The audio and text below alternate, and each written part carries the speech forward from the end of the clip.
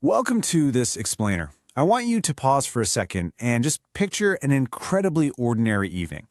You're in a room filled with the soft, warm hum of conversation. A guy is sitting around a dinner table with his absolute closest friends. They're laughing, they're passing food around, they're just talking about life, exactly like you've done 100 times before. But nobody in that room, literally nobody sitting in those chairs, clinking those glasses, had any idea it would be the absolute last night of his life.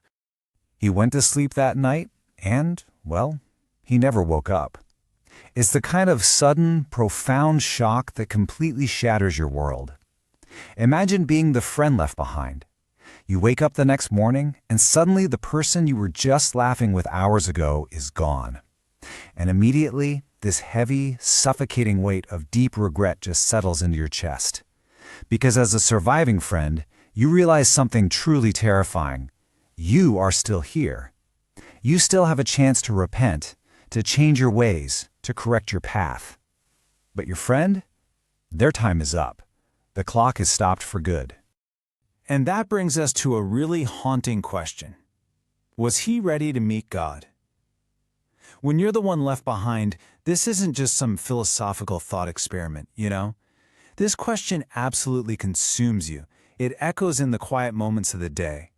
You realize, with this sickening feeling, that while you still have breath in your lungs to prepare for eternity, your friend just doesn't. Their final chapter is already written, and you have absolutely no idea how it ends. There's a really painful irony here. Just think about the conversations of a lifetime. These friends spent years together, right? They shared holidays, birthdays, countless late-night phone calls.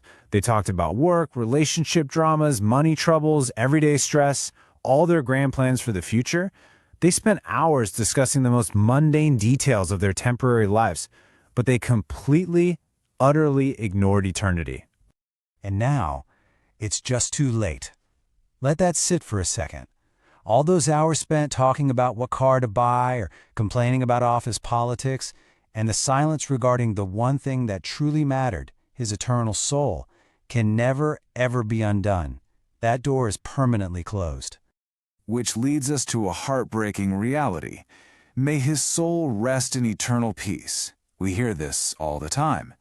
These are so often the very first spiritual words we speak over the people we love, but we're saying them to a wooden coffin. We wait until the funeral, surrounded by flowers and the sound of rain against the stained glass, to suddenly decide to speak out loud about the soul. So I want to turn the mirror on all of us for a moment. What does this all mean? Why speak of eternity only after death? Why are we so incredibly comfortable bringing it up when it's too late, but we get completely paralyzed when someone is still alive? We hesitate, we hold back, we avoid the topic entirely with our closest friends, the exact people who could still look us in the eye and actually give us an answer. Until we meet again, we stand by the grave, trying to find some solace in the grief, and we say those words. It sounds beautiful, doesn't it? It feels reassuring. It's exactly what we all desperately want to believe in, that horrible moment of loss. But meet again. Where? Heaven is not automatic. This is an absolutely crucial point to grasp from our source material today. Eternity is not some default destination that we just accidentally drift into together simply because we were good friends and we cared about each other on Earth. We make these grand assumptions that we're just going to bump into each other in the afterlife without ever having actually prepared for it. This comparison really hits the nail on the head and puts our priorities into perspective. Think about planning a holiday.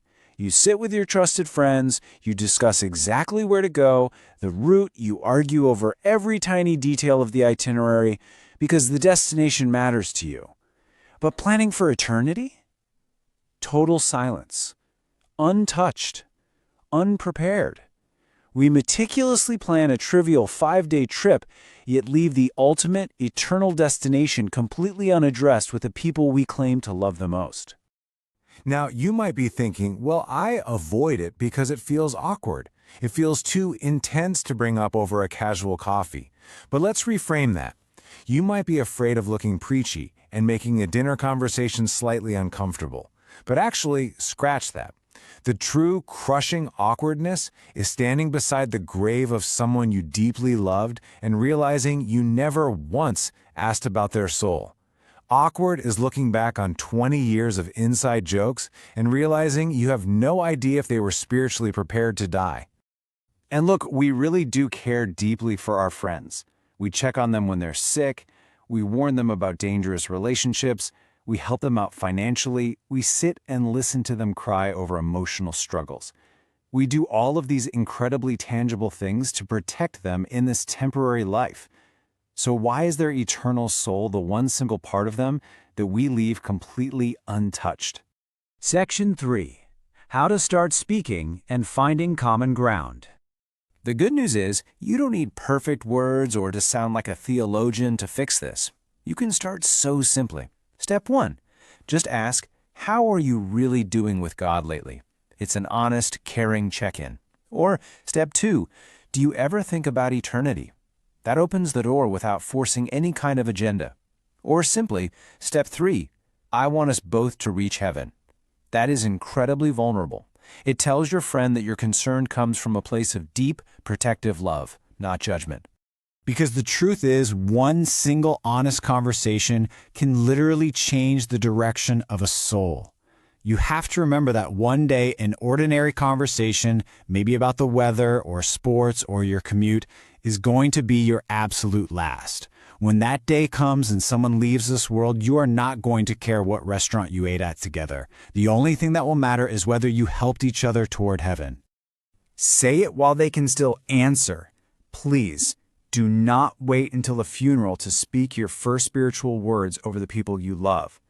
Have that conversation while they can still look at you, hear your voice, and reply. Because if tomorrow was unexpectedly your friend's last day on earth, could you live with the silence you chose today?